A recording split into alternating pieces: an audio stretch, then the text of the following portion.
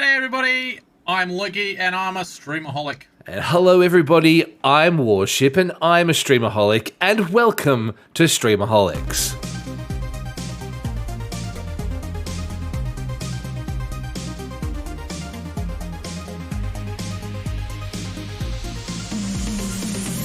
Oh man, I always miss the last bit of the intro. I always do it. I always miss the last bit. I start talking before it's stopped already. But man, no hats on today at all. We are hatless. No. We've got a bald head and we've got my beautiful coloured hair, which is being currently hidden.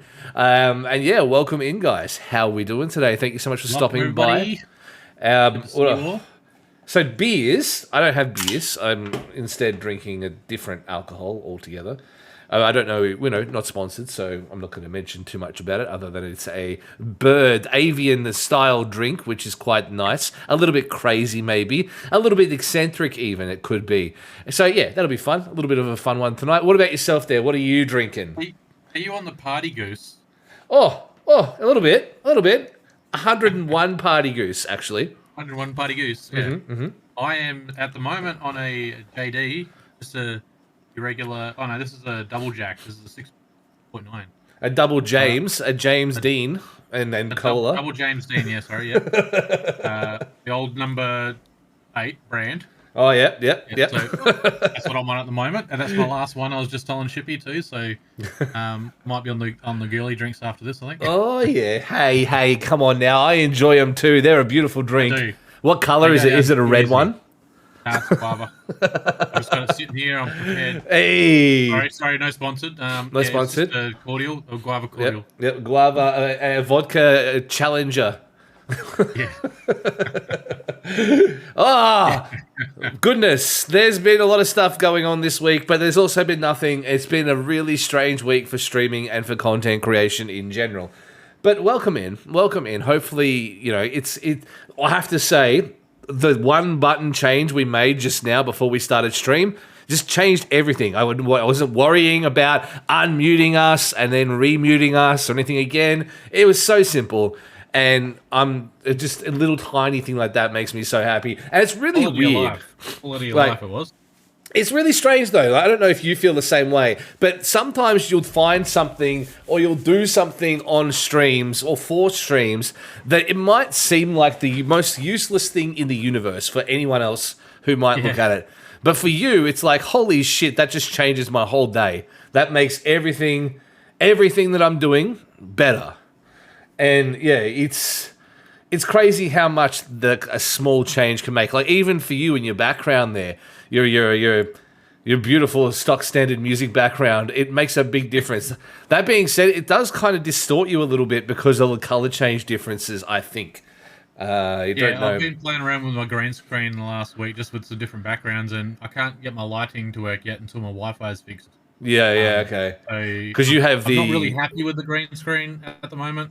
When I'm looking at it myself, I can see like it's sort of a little bit not really smooth along the edges, and I don't remember it being like that last time I used one. So we might need to quickly refresh your gimmick because you're starting to particle up pretty crazy. So where are we? Lukey Cam. Let's go here. Let's go filters. No, not filters. That'll just make it worse. Add more to it, and let's just go refresh cache. Oh, well, he's gone. He's gone. Come back now. Hey, look, it's a bit better. It's a little bit better. It's stuck on the dial-up. It really, really is. So it is. But it looks a little bit better today. But yeah, as I was saying, it's like when it comes to streaming, sometimes there's just that one thing that you don't even think about at all until you do it. Like for me, it's been like this light, this difference here. Being able to set like a pink across my face. It's such a small, subtle change. But dropping that with the background here makes all the difference in the world. Because usually it's just a bright color, but you can do so much with it, and that just makes a big difference to how it looks. Not that's a bad one. That's a police one. But just in general, that something like that is just not game changing, but you really feel a lot more comfortable, I think, on stream when things are going right as opposed to going wrong. So, and that for me is. Sorry. I was just going to say, just with the little pink light there, it just makes your whole setup just look that much more professional. Like it stands out from other people that are just sitting there with your normal key light. I mean, you just flooded lights. I'll use like shit ones from the Kmart, you know, like they're just like a bright light. This one I think is from Electronics Boutique, but they are just basic ass $12 to $15 to I think this is $40, but they're cheap lights. And that's a big tip too. If you're coming in to streaming with nothing and you just want to have a stream that looks good, man, just go to Kmart, for God's sake. You can get everything you need there, really. Really, you can.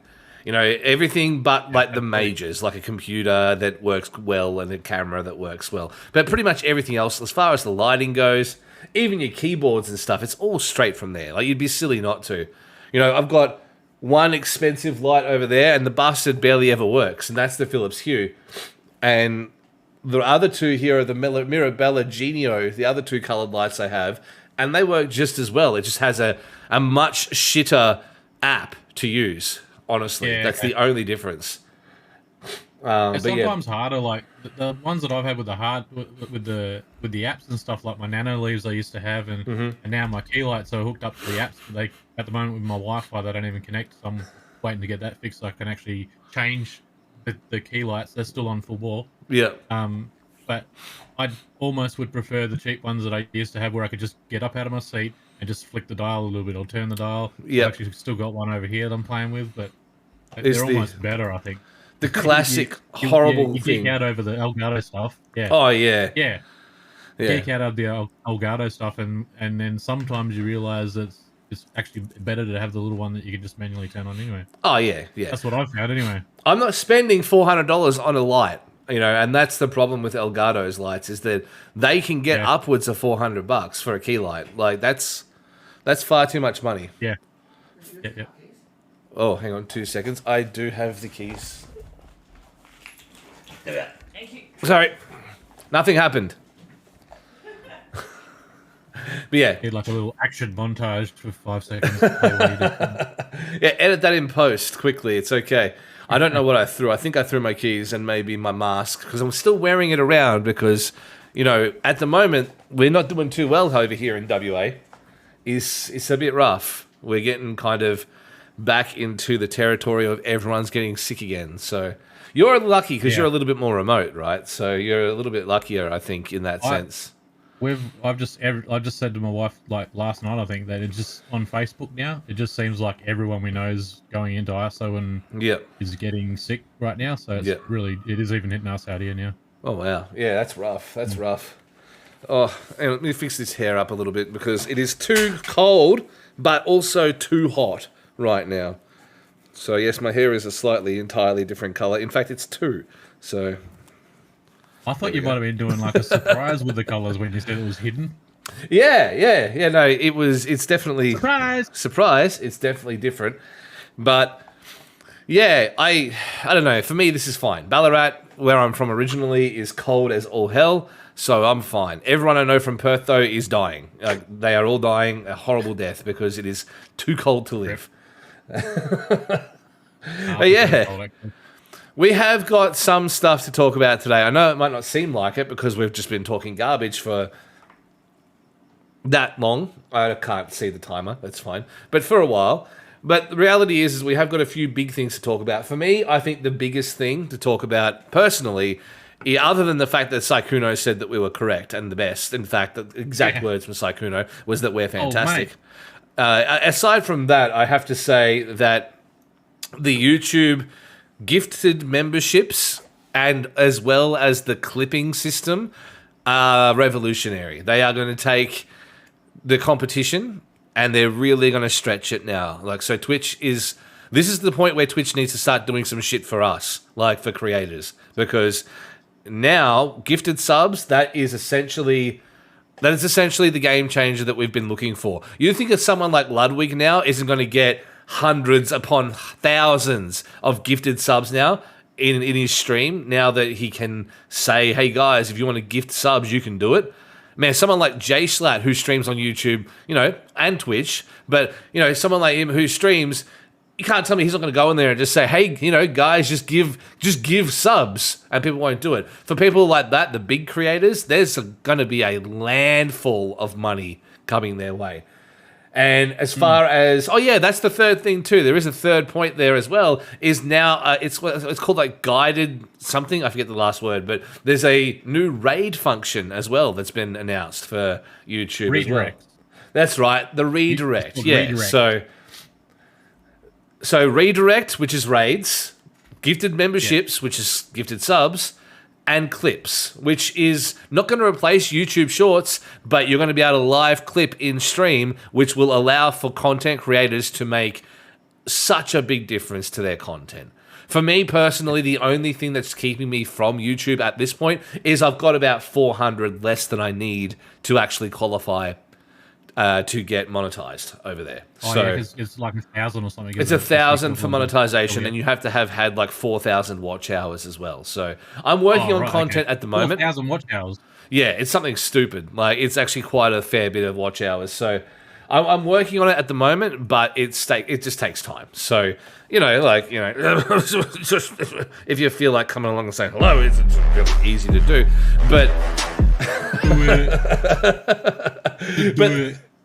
but yeah, honestly, at the end of the day, there's also talk on the other big news, I suppose, with YouTube is that it directly correlates to Twitch, is that there's talk further elaborating on the fact that content creators who are partnered on Twitch will now have much more lax options, is whether or not they're going to be going to do YouTube streams or Facebook streams. But I do wonder if that will in turn end up being reversed now that YouTube has dropped this huge-ass bomb on everything. Because, this is... When I was... we spoke a lot about Devin Nash's video that I watched last week and caught up on it, but I think we spoke a lot about it. I watched it last week and thought it was really well done, but part of his going through all the leaks of what Twitch was supposedly going to be doing coming up, the one thing he said that he doesn't see them actually ever doing, because they have no reason to, is dropping the exclusivity, even though he thinks it's the devil's work. Yeah. He said he can't see a reason unless somebody big just decides. He said something about the laws in California or whatever, where Amazon's based, would actually prevent them from stopping people from streaming elsewhere. But it will take someone big on Twitch to go, hey, I'm just going to restream to YouTube, and then Twitch to say, hey, you're not allowed to do that, and then them take them to court, and Twitch would lose that. And say, hey, yes, I can do that. Yeah. In the meantime, because apparently the Fair Work and that sort of stopping people from those sort of rules that stop people from doing things like that and spreading them around on different platforms and that wouldn't hold up in California courts, apparently. Yeah. So it's a matter of time. He still predicts Twitch to stick to their guns until somebody actually does test them on it, though. It'd have to be someone big. Yeah. So we'll see. It'll be good.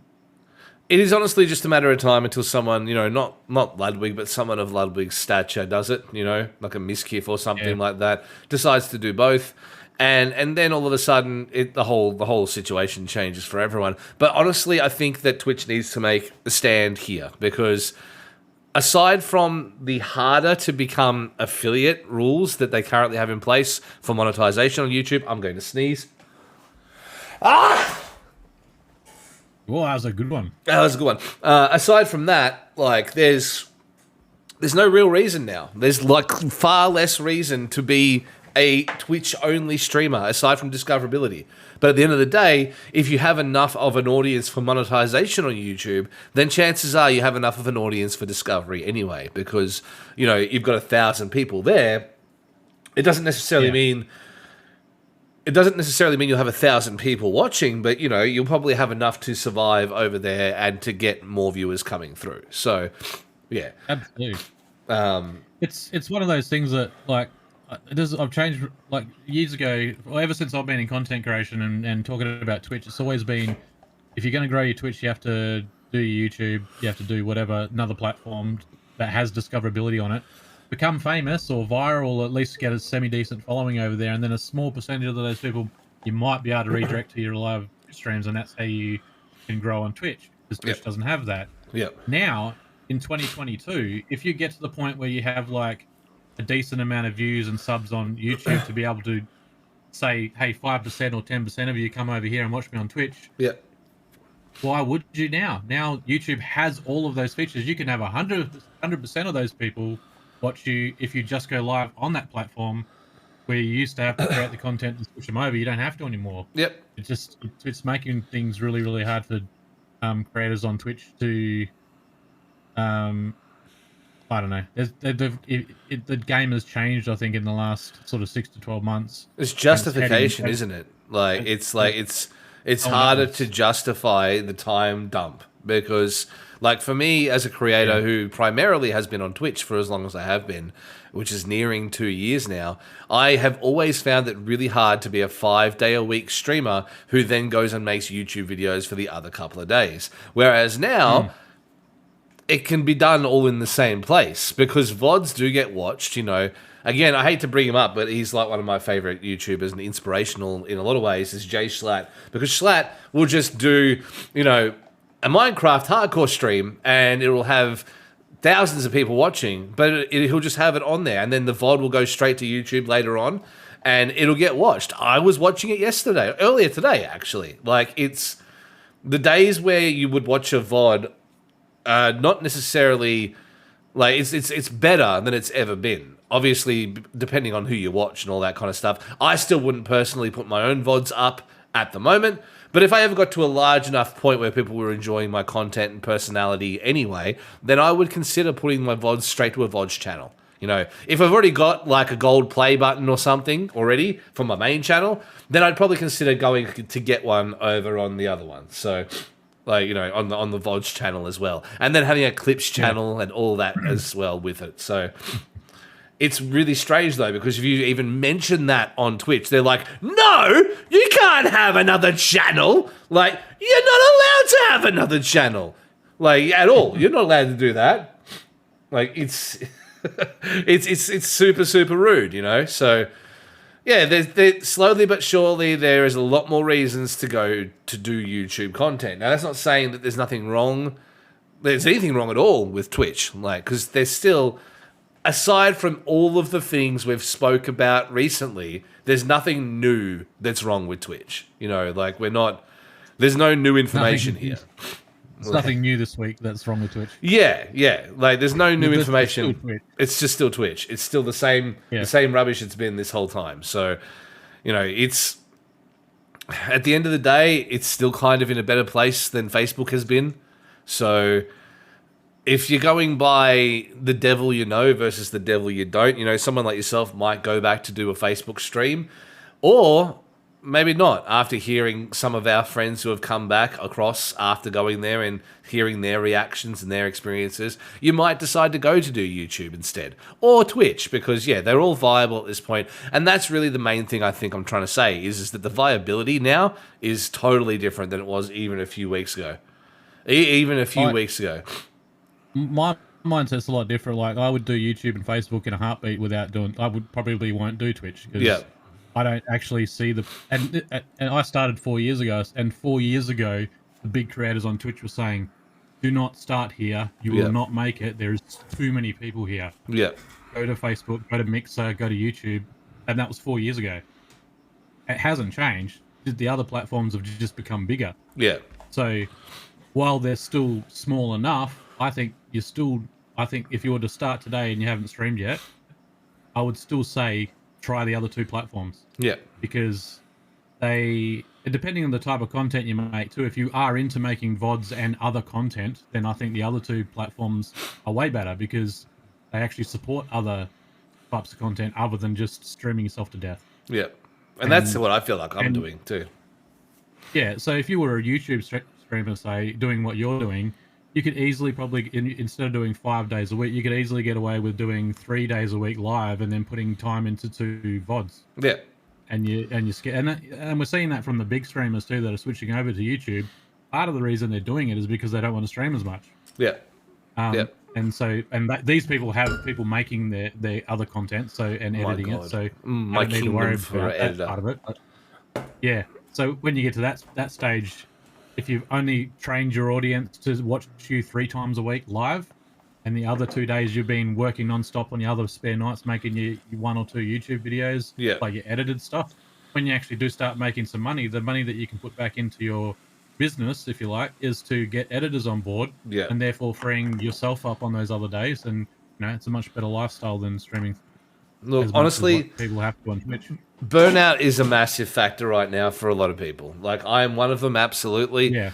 I have experienced intense burnout in the past few weeks. Like, we are in a very rough situation lately, and it's been real hard. Like, I broke down last week. We spoke about this on Streamaholics, and the situation hasn't necessarily improved, because how can it in a week? It's a culture change that has occurred somewhere in my community, but I have come to a totally different mindset from last week. So I have decided, in my own sort of experience and wisdom, that the people who are there and who can be there, awesome. We support them as much as we can. We love them. We thank them. All of that kind of stuff. The people who necessarily may not no longer be there, I can't change that. Like, there's no way to change that. So rather than being upset about it, we just kind of have to do what they're doing, and that's moving on, like moving forward. Whether they come back, awesome. But I can't keep killing myself over people who said they'd never leave, who have left. Like, I can't keep doing that. So now my mindset on that is all changed. Rather than worrying about those people and like concern, why this XYZ leave the Discord? Why are they never in streams? Why are they always talking in Discord whilst I'm streaming instead of coming and saying hello? Because they know what it means to me and my family to survive. Instead of worrying about any of that shit, I am just focusing on new people, like meeting new friends, branching out to new places, talking to new people. But the days of, like, oh man, I've got a rant. I got a real rant. I haven't done a Shippy rant in a while. I'm not doing it here. I can't do it here because it's a video. It's got to be a video. Because I am fucking sick to death of being a follow for follow, share for share, lurk for lurk bitch. Because the system is broken. It is a fabricated sense of self-worth. And it's not helping anybody, whether it's me or other people who do it, or Twitch teams that do it, or stream teams that do it. There are so many people who do all that garbage, and it's just not. It's not real. I want people to be on my streams because they want to be on my streams. They want to be watching. They believe in the content. They're having a fun time. That's the important part. And if I can help people along the way, like we always have, I always will. Whether it's mental health or whatever it might be. I'm always there to do that job, but I can't keep destroying my own mental health because I am worried about people who don't even bother to send a message to say, "Hey, I'm still alive. Are you?" So yeah, there's a big mindset shift this week, and it's for the better. It really is for the better. So. Yeah, I'm excited to see where it goes from here. We've got a couple of really big plans. I'm still not allowed to talk about one of them, but that one, which I alluded to last week, it's almost ready to go, and it's going to be enormous when it's ready. And a couple of the other things that we're talking to a few other people about could potentially involve some of the biggest streamers on the Australian scene. So that's all very interesting to me as well. So yeah, hope's not lost. We're just in a very low place right now. So. Yeah, and it kind of probably takes that week or two of realizing that to get over it. Just you're going through the phases. Yeah. The denial or whatever. And then, well, yeah, because you're like, oh, they'll be back. They'll be back. And then you're heading back up. Yep. What am I trying to say? What's the 7 phases or the 3 phases of I've loss, like the whole like acceptance and. Yeah, grieving. That's yeah. That's exactly what it is, honestly. Yeah, it is, because you're coming to that first sort of realization in your content where it's starting to happen a little bit, and you're like, oh, and now you've come out the other end with a plan. You're not going to let it get you down, and you're working out the way to move forward, which is what I love. And it's good because as content creators, you're going to have that a lot. Like there is going to be a lot of people that come along and then disappear. And it might be for whatever reason. Some people disappear because they're only ever there because they wanted to try and grow their own channels as well, and you don't know that. There's other people that just things happen in their real life and they just disappear. And that's it too. World. And so you can't let it get you down in the end. I mean, I like to think that I'm approachable enough. If anyone has ever had a problem, that they would feel like they can speak. You know what I mean? Like, it's something that I've spoke about a lot when people have come in. They've said, "Oh, sorry, I haven't been around for a while. Things have been happening." I'm like, man, if ever anything happens, yeah, sure, I'm your entertainment, right? But I'm still a human being too, just like you are, and I'm pretty good at talking to. So, you know, like, if you ever need to speak, just send me a message. You know, there's no need to disappear from my world because you feel bad about it. Just send me a message. You know, there's no hate. There's no nothing at all. Like, I can't afford to get bogged down in those emotions now. And as content creators, I think that's a really important lesson to learn, because if you do get bogged down in those emotions where you constantly worry about everyone, one of the biggest things I can advise you doing is just ignoring the mod log section of your Discord where it says such and such person has left. Because if you spend your time looking at who's leaving your community instead of who is standing it up on its feet, that's the problem. So, because I used to do that all the time. I'd be like, oh man, that person, I love that person. Why did they leave all of a sudden? Was I not worth a message? Like, but they've got shit going on. I didn't actually realize you could tell when someone left a Discord without having some sort of a bot or something. Oh yeah, I've got a bot on ours, absolutely. But yeah, right, okay. So when I figured that out, and it wasn't even that long ago, like a year ago maybe, someone in Goa, one of their content creators mentioned, someone had left their Discord and was like tongue-in-cheek pulling a piss out of them for leaving. Yeah. I'm like, you can tell when someone leaves a Discord. I'm like, I'm never leaving a Discord ever again. Yeah. I'll just put it down the bottom of my list and never go back into it, but I'm never leaving. All of a sudden, those 80 Discords become 100 Discords, like pretty much mine at the moment. Like, I legitimately probably am still in a good 50 Discords. And again, this comes down to the same situation. Those people, they never visit, but I'm still there and I'm still supporting too. You know, I had... And I'm not going to go into detail with this because it's a personal, not worth bullshit. But I had someone purposefully do some stuff that wasn't very nice to the streams. And I would still go in every month and subscribe and then leave. Yeah, right. Even though we're not talking, I'd be like, yeah, I never said I didn't believe in you. You're the one who didn't believe in me. So, you know, I'll still do this.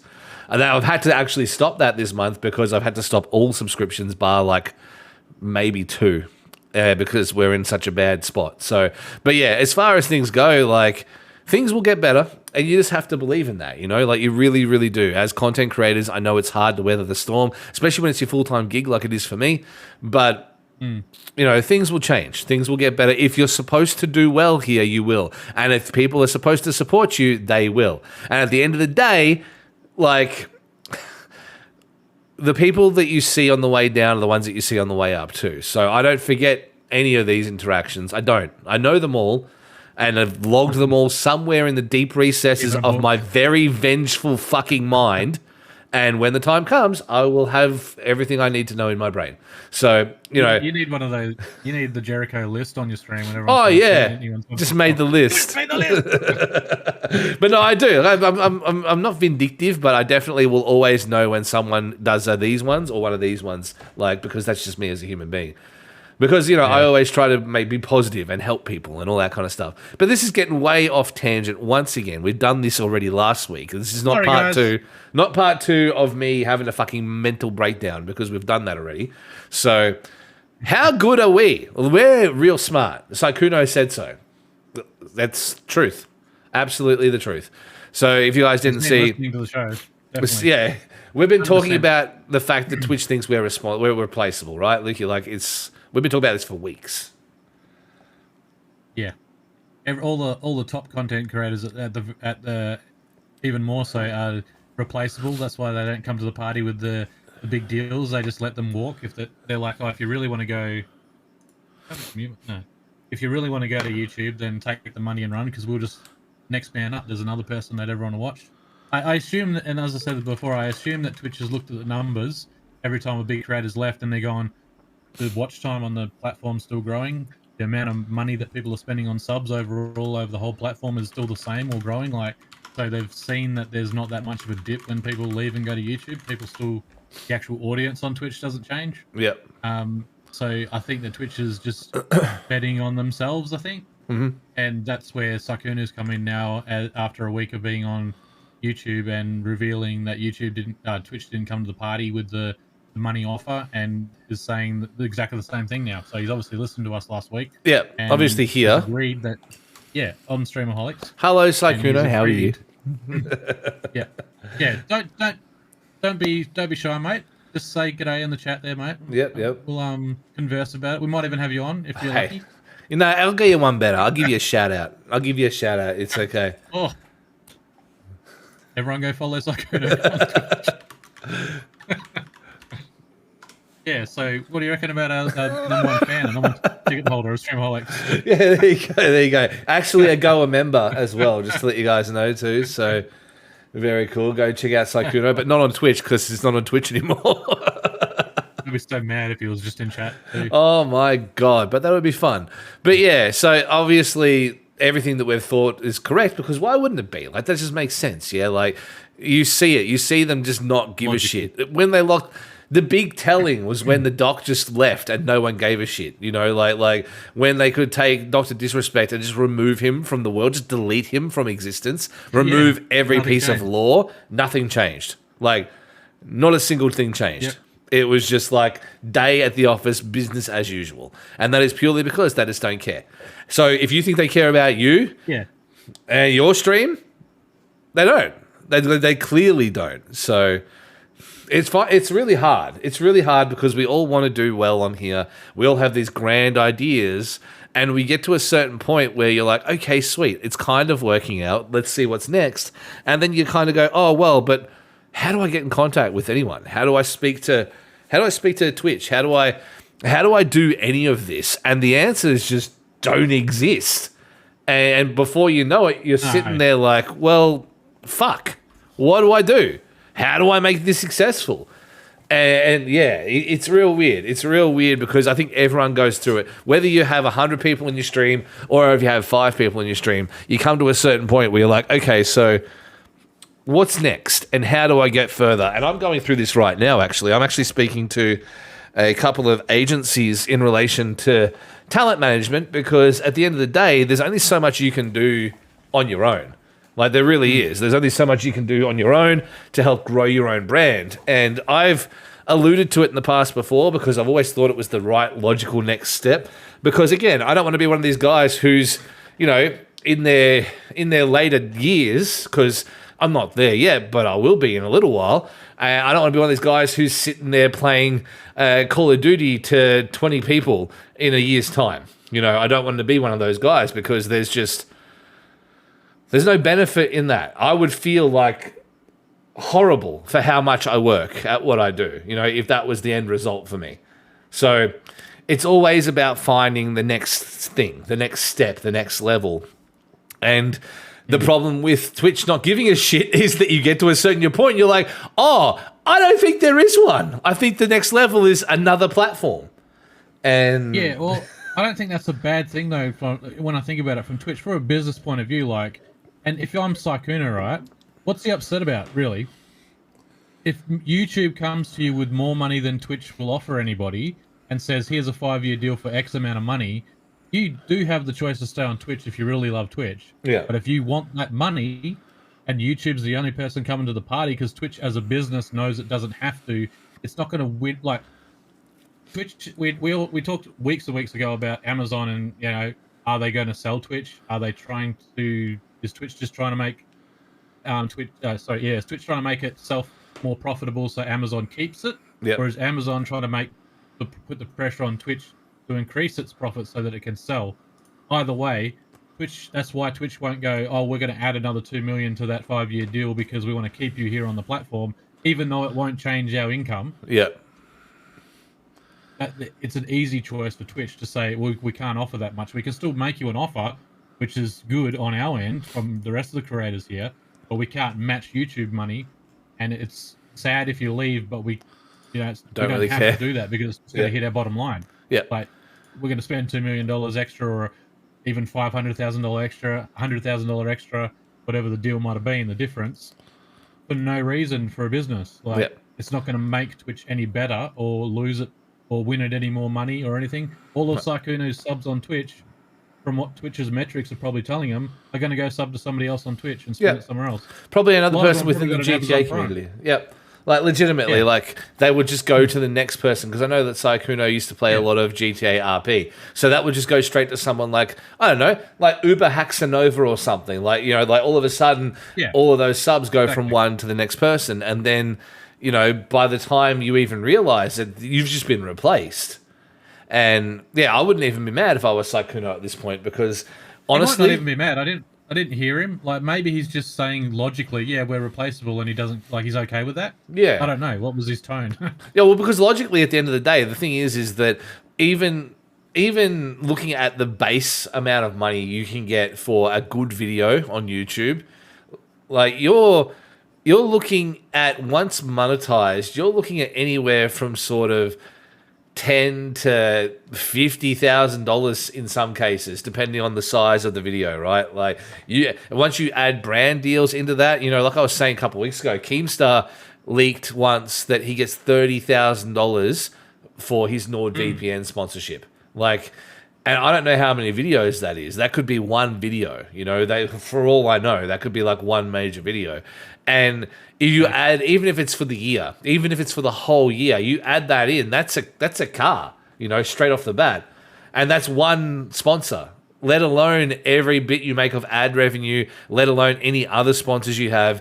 Once you get to a certain point on that platform, you're not making small money anymore. You're making like mansion money. You're making like good car money, really never debts again money on YouTube, if you can get to that point. The hard slog is people who are sitting with 15, 30 views who are doing the same things over and over again and expecting a change because they're not kind of moving along with the system and the algorithm stuffed and all that kind of stuff, because all of those issues still exist on YouTube in the same way they do on Twitch. You know, rather than it being an overall, you know, stream average of 10 people or 8 people or 4 people, it's a video viewership average of like 15, 30, 40, 100, you know, and that's sort of where you fall away, because there's only so many times you can produce a video that takes a lot of time and a lot of effort, and you put a heap of work into it, and then it gets 200 views. There's only so many times you can do that before you snap. And you just say, well, stuff it, and you don't do it, and then you leave the platform altogether, or you go do Twitch, or you go do something, you know, along the same lines. You become a podcaster or something. So, yeah, there's the real, like, streaming is not for everybody. This is something else that I've kind of come to the conclusion to. I've heard the saying a billion times, but I've never really thought about it before. But it does take a certain mindset. It doesn't take a grind set. Like, I'm not even going to say that word because it's the worst word ever. But it takes a certain kind of person to go, okay, I'm going to get fucked here. No matter what I do for this amount of time, things are going to suck completely. But if I keep working, maybe, only maybe, they won't keep sucking. And you have to be able to evolve past that point. Believe in it. Have the confidence that you can.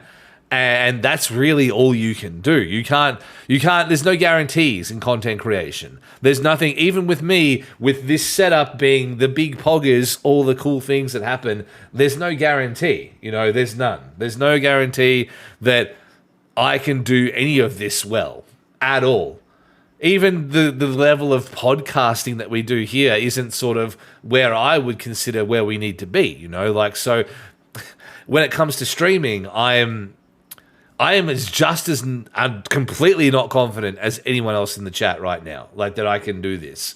But you have to keep going. You have to keep going. Because the second you stop, again, we're replaceable. The next person will come along and they'll be in your time slot, and then everyone will go there. And then you're doing nothing. And then you're playing COD in front of 30 people 10 years down the track. And yeah, like it's a very real, very scary kind of situation that you have to be prepared for. Like, I don't know how your personal experience has gone with that, but it's a slog in my eyes. No, it definitely is. Like I said many a time, like I started off very slowly. I caught a algorithm wave and all of a sudden was heading right up on a platform and decided that would be a good time to switch platforms. Yours was Destiny, wasn't it? I was playing Destiny, yeah. Can't believe that. You don't even play Destiny with me. You know what? Like, that's 3 or 4 month period of playing. I hadn't played Destiny really. Yeah. I touched it maybe once or twice. and I started it again, like from start of Destiny 2. Yeah. And so everyone was watching me leading up to Shadowkeep. Yeah. So I was watching, and that's where because Facebook, different things that you can do over there. As I started to catch on, and I was starting to get fed to people who watch Destiny content on Facebook, those people were coming in and then sharing me to Destiny communities as well, and saying, "Hey, come check this out." So that's a different way that you can catch a sort of break on that platform. But instead of writing that and continuing to do that, I was like, oh, I don't feel like playing Destiny tonight. I'll play a different game. Get half the viewers, still twice what I used to get, like all the time. Yeah. So I was still gaining popularity. Yeah. But I was sitting there on Facebook and going, well, this Mixer looks pretty good over here. I'm watching a lot of streams over here. It looks like a good platform. Actually looks better, I thought, than Twitch at the time. The FTL, like the chat, faster than light chat, was like as soon as you type something and press enter, I see it. That's how quick it was. It was 0 latency. Anyway, there's a lot of cool features on that, and I started to get like, oh, the features over here. And then I went over there and I just started from the beginning. I knew I was going to have to. And then I was slowly growing on Mixer before I started to realize, actually, even if I do make it on Mixer I don't think as a platform is going very far. I thought, and I started saying to people, I don't think Mixer will have the legs. Yeah. I didn't realize that within like weeks or a month of me even saying that the Mixer was going to close the doors. I thought it would happen, but I thought it was going to be like a year or two down the track. It would just fade away or something, or not just instantly. And then all of a sudden Mixer's closed, and that hits you, and I'm like, fuck! I left a platform where I was averaging like I was averaging 50 to 80 viewers all the time and that was within a month or so. Yeah. After averaging maybe 10 or 15 before that. Yeah. And decided to switch. Platform shuts down on me now, and I'm like, fuck, go back to Facebook for a couple of streams. There's no one there anymore. What am I going to do? Maybe I finally give Twitch a go, and in the end, I just stopped doing my content, basically. Yeah. I joined Goa, and I've started to do a lot of content with Goa over the last couple of years.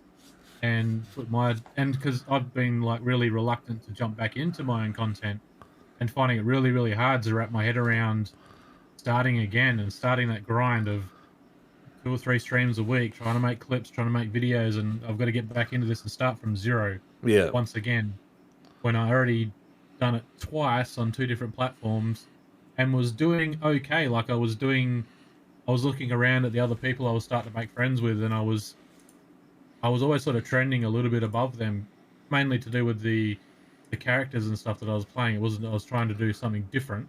Yeah. That helped me get noticed. That helped people go, hey, what's this? And check it out, rather than looking like every other stream. But just to wrap my head around getting back into this game, knowing, like what you said, knowing that it's just going to kick my ass. Yeah. And it's going to just be an up and down, I don't know what, like a roller. I'm going to jump back on the roller coaster and know that the down parts of the roller coaster are going to feel like shit. Yeah. And knowing that even when you do feel like shit, you still have to do another stream, and you still have to do another video, because you just cannot stop. And look, that's my life right now. I totally get that, because sometimes you get on stream and you're like, because you look at the camera and you look at the viewership and you're like, all right, so where is the viewership? And you look at like what you're doing on the day and you're like, man, I don't feel like doing any of this at all. And some days is hard, some days is real hard, because I used to be this guy that everyone would fall onto, like you have problems, you come in, you tell me them, we'll talk about them, we'll go through them together. Hell, we might even fix them. And that was awesome. Like, I love that. My Just Chatting content streams where I would do nothing but talk and people would be there every day. They were the best streams. Like they were my most fun. They taxed me, and for those who utilized them and then left, man, that's a big fuck you for that. Like, because there's not very many, but I'm talking like a year and a half ago kind of like level, where I would have people in there and I'd be like, anything you need, let's talk. I will stop the stream and we'll speak, and I will make things okay. And if I can, I'll do my best, and like genuinely thought I had changed like some lives for the better, people saying that the reason that they haven't hurt themselves or whatever, it's like, it's because I was there. And yeah, it's those streams are the coolest where you can actually leave a stream and feel like you've like saved someone's like not life, but just like their mind for the day. Those are the best ones. 100%. I've found those just chatting ones. They're not good for, I don't think, for growth. But I've found that a lot of your current community shows up for the just chatting ones, and they end up being some of the best times you have. Like, I found that myself. I was like, I hadn't streamed in ages on Facebook, and Mixer had closed ages ago. It was like not the Christmas just gone, but before that, I just chucked up a couple of after I'd rebranded as Lukey Bangers and everything. And I hadn't done any content, and even then, I chucked up like a stream to live to watch me paint my wall and in my old setup when I set it up. Yeah. And so I just was there with my paint going everywhere and doing this at night time and doing a couple of streams, and all of a sudden I had all this old community just rock up. Yeah. And I ended up just coming and sitting down at the table by the end of it and just chatting to people for like a couple of hours, and it was brilliant. Like, it's the best. Rock up for chatting streams. It's great. Yeah. Like having the music playing and all that stuff, and you know, having people just be there because they want to be there. That's the best feeling, you know. And that's, I think, the feeling that sucks a little bit is when you sit there and you're like, okay, so people just don't want to be here anymore. That's the thing. Is that why? Just don't want to be here. So we're not going to have those good times. It's like when you get off that game of Destiny with your fire team for the last time, one of you never comes back. Like, it's that feeling, except for 100 people. You know, like it is exactly how it feels. So it's always a stressful time, a frustrating time. But again, I think that when it comes to like content creation, it's a thick-skinned business. Like, if you're doing it for a job, it's a lot harder than people say. It's not just, you know, floof their hair for power, dye it. Hello, everybody. My name is Markiplier. Like, it's not just that at all. There is genuinely so much more to it. And, you know, you can hold lives in your hands. Like, I definitely know that I have done that in the past. So, I just want to make it a better place than I left it, the world, you know? And I think streaming for me is that answer, because it was wrestling. It was wrestling for years. And then when I got hurt, I couldn't do that anymore. And for me, a lot of that was inspirational stuff too, you know, like having little kids come up and say, all I want to be is a wrestler, man. I love this so much, etc. That was always the coolest part, you know. Yeah. And then I would take their sign and like wipe my ass with it and throw it back at their dad and then say, how are you related to him? He's way more attractive than you, old man, and then walk off. Because that's kind of how we would do the things, because I was a bad guy. But at the end of the day, it's all about that entertainment and interaction and fun, you know. And that's really what streaming offers me. Well, for me, anyway. For me, because I know there are a bunch of people who do the low-energy streaming who just like kind of sit there and chill and play a game, and they don't really talk to their community, or they don't really even really bother if they have one either, you know? They're just happy to play the game and do their thing, and if people come in, awesome. And there's nothing wrong with that either. Like we've been saying for almost a year now, it is okay to just play, right? It's okay to just play and just have a good time and just stream because you want to as well. It is 1,000,000% okay to do that. It's we talk about a lot of doom and gloom, and I do too, because I'm coming at it from like yourself, like I want to make something of my content creation career. It's not a hobby. Well, it's a hobby now because I don't make money from it. It has to be called a hobby, but I try and look at it like a business, like a side business that I'm trying to get up and running. Like a work from home business that I've got on the side of my normal work, and that's how I've always looked at it. But we talk about all the doom and gloom of people, which platform should you be on, and it's bad over here, and this person doesn't care about that, and it's really toxic over here, and these people aren't paying enough. And at the end of the day, if you're sitting in chat right now and all you want to do is try streaming, and you're not worried about that, it's a hobby. Like, it's always going to be a hobby, or that's how you go into it. Then don't listen to a lot of the negative stuff you're doing. It is actually enjoyable to get out there and do it. Yeah. If you're not worried about how well you do, and you're happy with 5 viewers, and you don't need to worry about all the numbers and stuff. Like, just get out there and have some fun, stream, and when people rock up, get excited and talk to them. Aside from wrestling, it is the best thing I've ever done. You know, like, aside from like growing up wanting to be a professional wrestler, watching the big guys do the thing, and being able to do it and say that I did it years later, aside from that, streaming is the best choice I've ever made. So I 1,000,000%. Don't listen to the negative if you're here just to have a good time with it. please do it. Please do it. It will change your life. It will change your perspective on everything. And I heartily recommend it to everyone. And if you need help, I'm pretty good at all this bullshit. Like, you're here and I'm here and I can do fun stuff. Like, I'm pretty good when it comes to all of that kind of stuff too. So if you need help, feel free to let me know. Because honestly, at the end of the day, like, people who gatekeep streaming tips are the worst people in the universe. Like, I hate that more than almost anything on the platform. So, yeah, don't be that person. Don't ever be that person. If you got a cool trick that you do on stream, share it with the world, man. Just have fun. Who cares, right? Because they'll figure it out anyway, and they'll make a shit version of it. Like, they're really, really. That's the best part that I've found about it's. I think I've always done things as hobbies in the background that are kind of creative, in a way.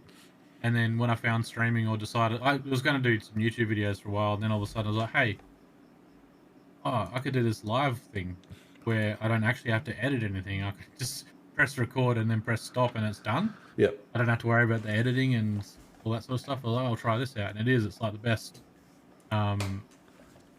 It's the best. Like, you can, I don't know. I don't talk a lot to people in real life, but I like talking to, it's easier now with a camera. It's just talking to chat. I find it really easy and really entertaining, and I love hanging out with people and trying to entertain. The big thing for me is just trying to entertain them. Yep. As much as possible, make them laugh, make them want to come back because they're laughing at whatever stupid shit I'm doing on stream. And I try to be creative with it. It's a real creative outlet. That's what I was trying to get to. It's a real creative outlet for people who like gaming. Yep. Well, not gaming these days. You can do whatever. Well, that's it, because it's not just gaming anymore. Like, it really isn't. And if it was just gaming, I would have no viewers because I suck. And I suck too.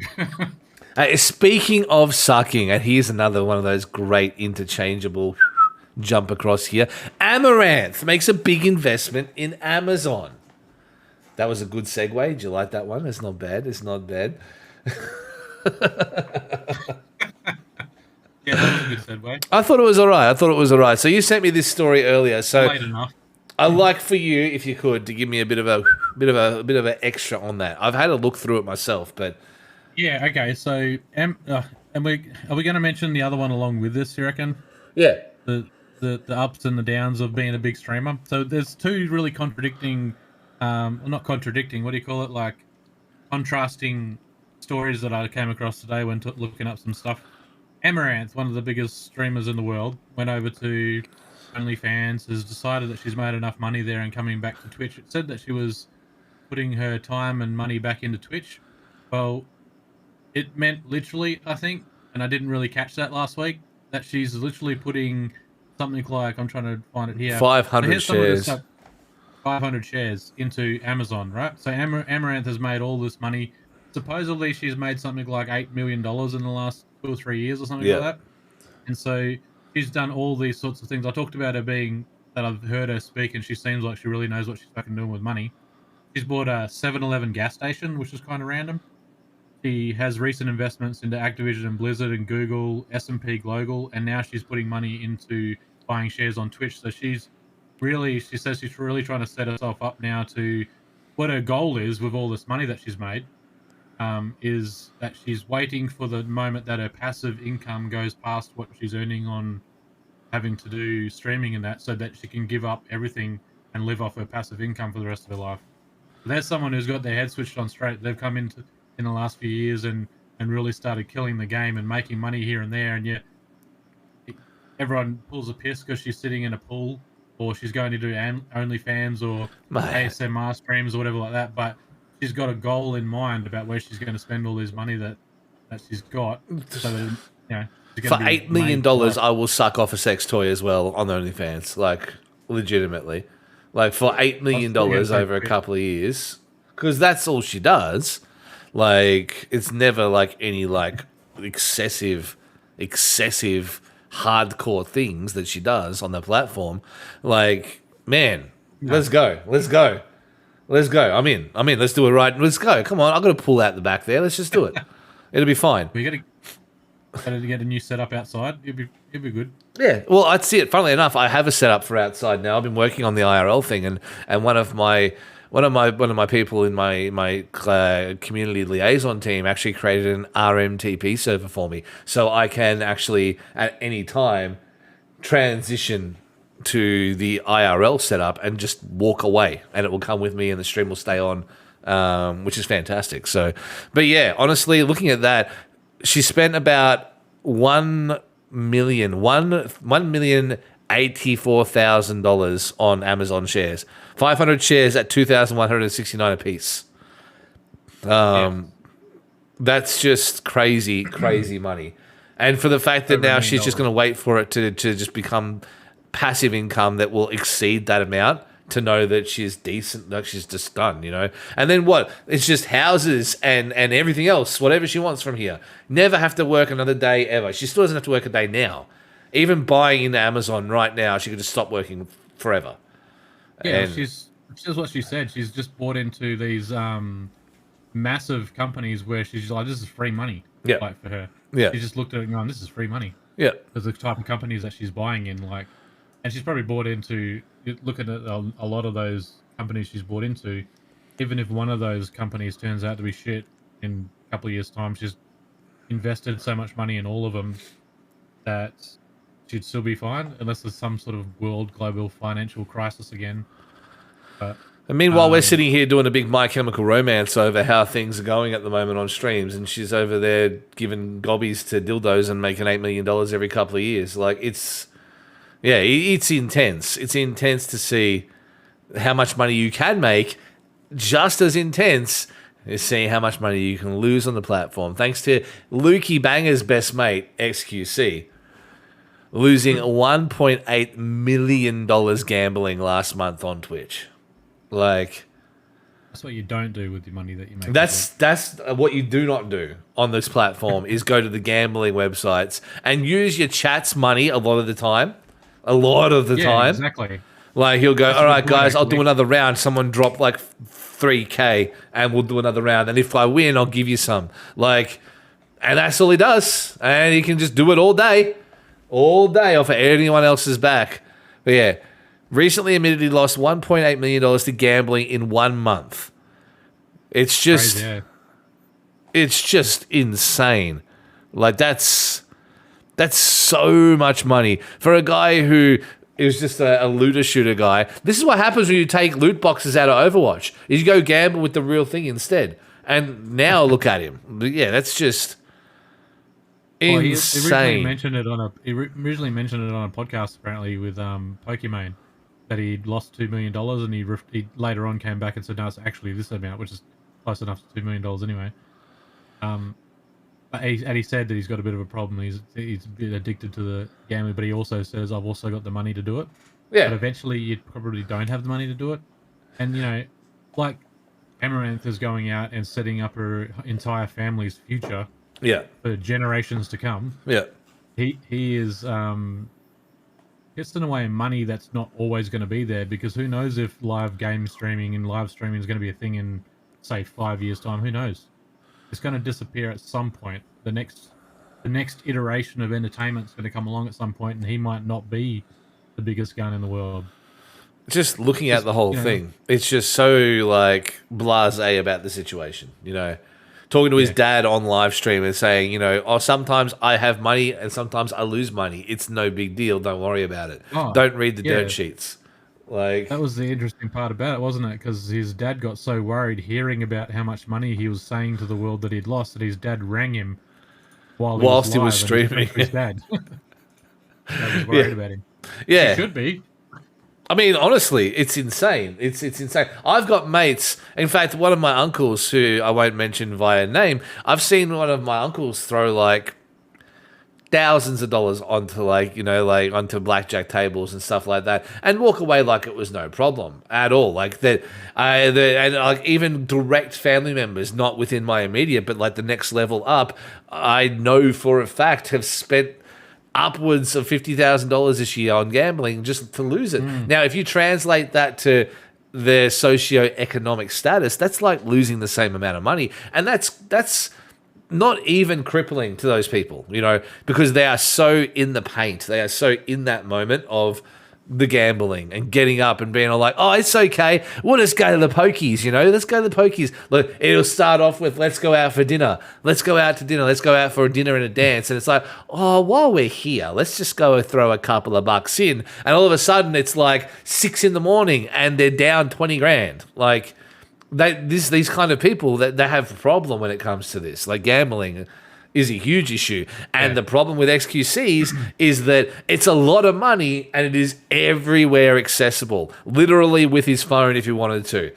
So, yeah, I don't see that going well at all. No, he tries to pass it off as if he's got it all under control, but he might have made $9 million and probably more. I don't know what he's worth compared to Amaranth, but he didn't have an OnlyFans, so maybe less. I don't know. No, we looked into this the other once, didn't we? We did, yeah. It wasn't even worth as much as the other guy. Yeah, so yeah. I'd say XQC is probably worth. Let's say he's worth $15 million in 3 years. Yeah, let's just go ahead and say something along those lines.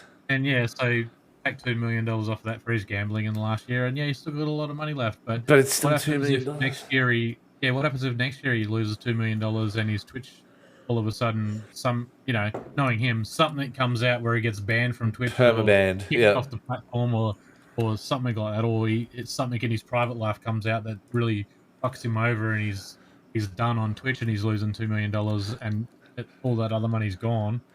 Like eventually, it's not a smart move for someone like him because I don't think he has in him. Like I've seen little bits and pieces of him, and maybe I'm wrong here.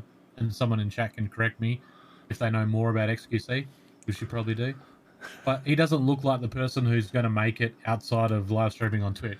No, he kind of just looks like a kid. Kind of looks like a dude with like one of those haircuts that's down the middle and baggy clothes, and that's kind of it. Even as he gets older, he still kind of just looks like a kid when it comes to all that kind of stuff. So I don't foresee like a future in Hollywood or something for someone like that. No, like outside of Twitch, what's he going to do to entertain people? Like, look, I might be wrong too. But hey, might be wrong at the same time. Who knows? It might be might be the next big thing. Who knows? But yeah, all signs point to I'm not sure about it at all. So. But yeah, it's really interesting, to see that that's kind of the strange dichotomy. If you look at my situation, your situation, where we're fighting over breadcrumbs, and then you look at people who are just dropping 2 houses for no reason, in a year or in a month, on a platform. And conversely, someone else who's just spending a house worth of money to invest in a platform for the future. And it's just mind-numbingly insane to think about that. And there's no justifiable way for me to even fathom that kind of money, personally, at all. It's no, it's unbelievable. If you can get to the top 0.00001% of Twitch, whatever it is, you might have that sort of money to throw around. Yeah, well, that's it. In that case, we just need people to come watch the streams. That's all you need, right? That's it. It's just that one little thing. Yeah, that's it. And everything will be fine. I promise it'll all be okay. I guess there's not. To be honest with you, when we were talking about there being a lot to talk about, we've covered a lot of what we had planned to speak on. There was a couple of other little points as well, mostly referring back to the YouTube stuff too. Like I was saying to you previously, one of my Stream Team friends actually has created a plugin for Google that actually allows you to have channel points on YouTube. So in the exact same way, using StreamerBot, I believe, in the exact same way that you would use channel points on Twitch, they show up at the bottom of the chat exactly the same way, and you're able to claim them and the whole deal. And for me, that's literally the only thing that's missing now. If they can get behind that, if Google just comes up and is like, yo, we'll just buy that off you. For one, his life is made, but for two, that's the end game. That's the end game, because once you have channel points, you've got raids, you've got channel points, you've got gifted subs. What else do you need if you're trying to compete? It'll happen at some point, I'm sure. Like a proper one on Facebook, YouTube. On YouTube, sure have that in there. So what else? What else do you possibly need at the end of the day? And that, to me, that's just. No. I mean, after that, they're just innovating with new stuff that other platforms don't have. Then, Discoverability. YouTube, if you can crack discoverability in a way that beats Twitch, you will win. That is literally it now. YouTube's got it. Twitch has got no discoverability. I mean, I find it a lot harder to find a video I want to watch on YouTube than I do to find like a streamer I want to watch. Yeah. I think that YouTube and Facebook have got 20 times the discoverability that Twitch has got. Yeah, okay, interesting. I don't think Twitch has any discoverability. I mean, if you don't know who the person is, to find someone to watch, I think it's pretty easy with Twitch. But to go to YouTube gaming, that's a slog. That's a slog. Yeah, that's something. And Facebook's the same. They're very similar platforms where you don't know how to find the gaming part of it. Yep. There is an app now for Facebook where you can just watch. If that makes it a lot easier now that they've got the app. YouTube, for some reason, decided they'd just close their app. I think they just wanted people on the actual YouTube platform itself. Yeah, which makes more sense for YouTube. But Facebook's got their app now. Yep. So at least if you get into Facebook gaming and only want to find the gaming streams, you can at least go straight to there. They do have a tab. Yeah. I think their tab's easier to find than YouTube, but it's like I was saying before, when I watch Facebook and YouTube gaming live streams, all of a sudden, every time when I go to my timeline on both those platforms the next day, they're just pushing to me live streams and videos from people that are playing the same games that I watched. And very quickly on those platforms, the app on those platforms very quickly becomes something different for each user, depending on how you use it. It's just, like you said, trying to find those gaming streams in the first place. Yeah, and that's where the issue lies. A few of them for the algorithms start pushing it through. You've got to... If you can easily look up edited gaming videos, obviously, the same as you do any other videos on there. Yeah. It's just if you want to try and find the live section, you have to go into a few different clicks through a couple of different pages into the gaming section and then into the lives. Well, I think you then have to try and choose a directory. But once you find the lives in there, I find that the discoverability or the way that the platform works is a lot. You don't see people on Facebook or YouTube saying, go and make videos elsewhere and then try and bring them over here. Yeah. They have their own algorithms that will feed your videos through to people that get stuck in the YouTube watch and the Facebook watch loops where you just sit there watching video after video. Whereas Twitch doesn't have that at all. You go to Twitch because you know who you want to go watch there, usually, because you've found them elsewhere. Yeah, interesting perspective. I don't think I've ever gone to. Well, I'm different because I'm looking around the platforms to see what they're doing. I think, but I think a lot of people don't use Twitch to go. I'm going to go in there and see who Twitch suggests to me. Yeah. The one thing that some of the big guys like Harris Heller and Devin Nash have said that Twitch really needs to get that discoverability is and this is where this is something that they really should actually do because of the success of YouTube Shorts and Facebook Reels. Or Instagram Reels, which is now on Facebook, is their clipping section where they have a discoverable, a section on the homepage which is pretty prominent and helps people get discovered with clips or shorts, something like shorts that you can actually upload onto.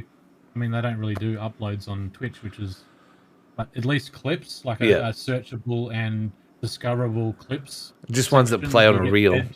Yeah, and you just get fed a 30-second clip, and then you move on to another one, and maybe you can like them or give them a tick or something, and that helps the algorithm figure out what type of clips you like watching, and that can maybe help you find more people on Twitch. That might be a way to go with Twitch in the future.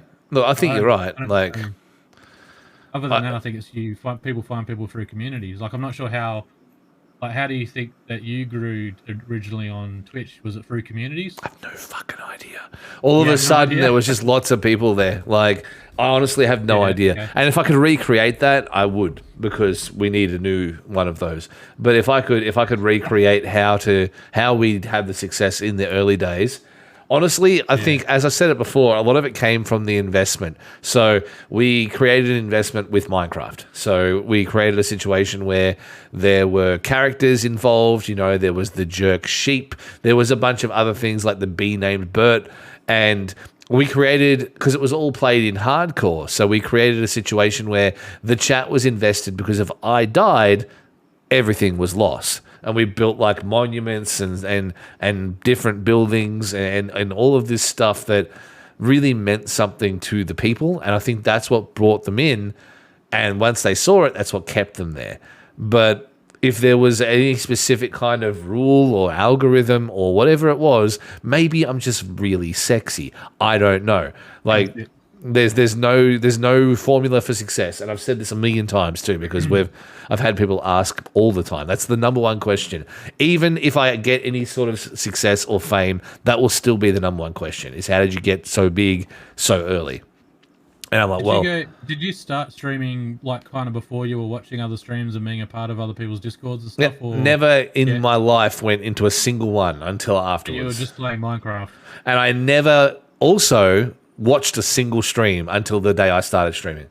Yeah, like there was just Minecraft. Yeah, you just stepped straight into the Minecraft. Just got straight directory. on. So you must have grown through the directory, and I don't know how big the Minecraft directory is. A pretty big one, though. Yeah, it's one of the biggest ones. But that being said, it's so big that it's hard to get any kind of discoverability as well. We were just very lucky, and I think it was because I was very approachable, and I'm always very welcoming to everyone who comes into the community, and I care about the people. So I think that's a big part of what it 100%. Was. I'm just trying to work out how those people got in front of you in the first place. No idea, no chance, because it didn't come from wrestling. Because it did not come from wrestling at all. Yeah, it was, or there was like, to this day, there's maybe 4 people who have any kind of tap back to wrestling. Outside of that, no idea. No idea where they came from at all. I did used to wear a lot of low-cut shirts and had my chest hair out, so maybe that helped too. But outside of that, I couldn't tell you at all. And he was just... Maybe you were... Because the one thing that... Because... do you use the suggested streamers part on Twitch homepage? It's like too far down the page for me to go to a lot of the time. Oh yeah, the bottom right, bottom left, the one that has like followed channels, and then it has recommended channels.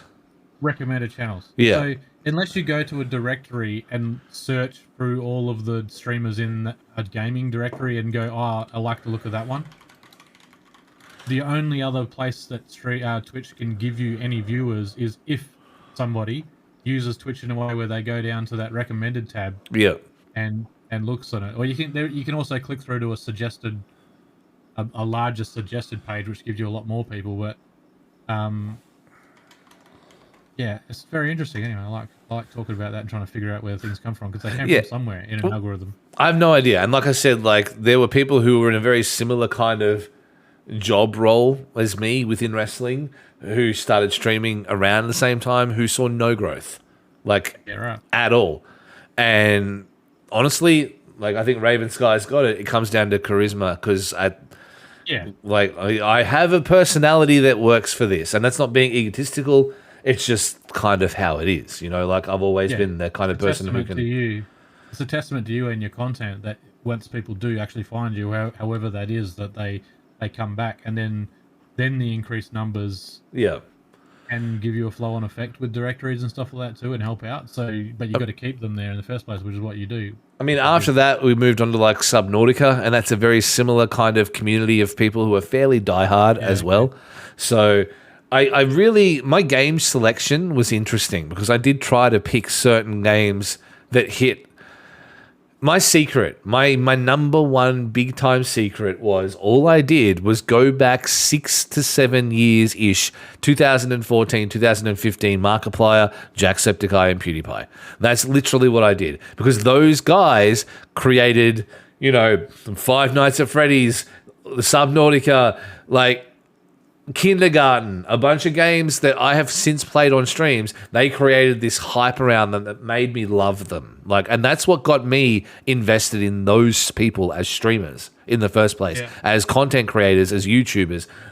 I'm waiting to watch this shit. I'm waiting to see the next PewDiePie Minecraft video. I'm waiting to see the next Jacksepticeye Subnautica video. I'm waiting to see Markiplier cry about Five Nights at Freddy's. That is what I'm doing on a daily basis. So that was the idea behind the videos that I would make, like the content I would watch and stream was stuff around that. Because it would either create a nostalgia hit where people would be like, oh yeah, man, I haven't seen this since Mark played that.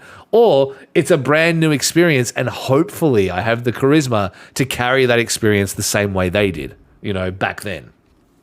That's interesting. That's a really cool sort of way of attacking it too, because you know that these people kind of built a huge following off of these things, like you said, like a bunch of years ago. But there's still community there. Yeah. And the community is just at the right size where it's not like you're not going into a Fortnite community where there's too many people there and you can't get noticed, but there's still enough of a community hanging around because of those guys that you talk about that they're sort of still crying out for some creators, some more of the content. Because a lot of the time these videos, they're done. Like PewDiePie only plays Minecraft when there's an update. Jack doesn't play Subnautica because he's finished both the games. But there are still people who wait and want more content from similar creators. And that's where I came in, and that was kind of the whole idea. That's why subtly I have memes related to those people, like top of the morning tier laddies, and why I do a Markiplier impression almost every stream. And, part of the intro role that I have when I roll the intros is Lawai, which is PewDiePie's stolen last week I asked you gimmick, or the meme review one, because those little earworm influences, if you are a fan of any of that stuff, chances are you'll be like, holy shit, he just did this. And that's what keeps the hook there. So there is a method to my madness. It's just not a method that I understand or other people understand. So you try things and if they work, they work. If you're not, you're moving on to the next just thing. like to throw shit against the wall as hard as I can. And that's all you can really do, honestly. That's the creative thing that we talk about, like coming up with new ideas and brainstorming, and even if they're old ideas, pitching that shit. Yep. And look, that's kind of the perfect place to kick off here, I think, honestly, because you have just finished your James Dean and Coke, and I don't want you to have to drink a vodka cruiser or a vodka challenger on the stream there. Because we'll maintain some of the manliness that comes from that enormous beard. Save it for next week. But yeah, I guess it's time to do that thing. So, Lukey, floor is yours as always. This camera, that camera, this camera there. Why don't you tell the people about you? Hi, my name's Lukey Bangers with a Z because I'm cool. And you can find me everywhere on every platform at Lukey Bangers with a Z. Like everywhere, pretty much. Like Twitter, like everywhere. Instagram. Also, Facebook. What about YouTube? Maybe not every platform. But if you just type in Lukey Bangers everywhere, you might find me. Hey, Shippy. Yes. Where can we find you, mate? On the internet. I am here. It's me. You can find me on all the places. Most of them at The Warship. But sometimes only Warship, because Twitter, because they're the worst still, always and forever. And I can't grow there anyway at all. I am forever chode on Twitter, and I can't fix that. So it is what it is. Please go follow me on Twitter. I need it for the validation. I will cry if you don't, in my sleep and also awake. Please go follow me on the internet. But yeah. We need to get a hashtag trending on Twitter for you. If only. Honestly, the last week I have just been constantly on Twitter trying, and I think I've got like one follower from it. So it is what it is. But at the end of the day, you know where to find me. If you're here, chances are you're here either because of my streams, or because you've seen the stream before, the podcast before, or maybe just because you think Lukey's very sexy, which is also very possible too. But yeah. Guys, that is it for another episode. What episode are we even up to? I have no idea. I was thinking that I needed to find out what thing, and I couldn't go back far enough in our on the Go of videos to try and work out what episodes we're up to. That's frustrating. We're 32. Episode 32. There you go. So that is... Jeepers. That's almost a year's worth of content there. No, I don't know. Oh, yeah, I'm going to try and figure it out somehow. Sure I've got some analytics somewhere I can look through. 20 episodes away from being a year's worth of content on the stream. Guys, thank you very much for being here. I really appreciate it, as I'm sure Lukey does too. Even if we're just screaming into the void, man, even if there's no one watching, we appreciate the people who do kick and stick around and watch the VODs later. And thank you very much. So for me, the Warship, for you, Lukey Bangers, he's a Streamaholic. I'm a Streamaholic. And now all of you are Streamaholics too. Please stick around for the raid, and we'll see you next time. Bye-bye.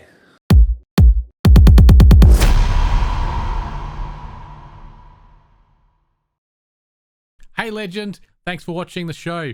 If you want to make sure that you're up to date with all of the Game on Oz content here on YouTube, make sure you click the subscribe button, and I'll see you in the next video.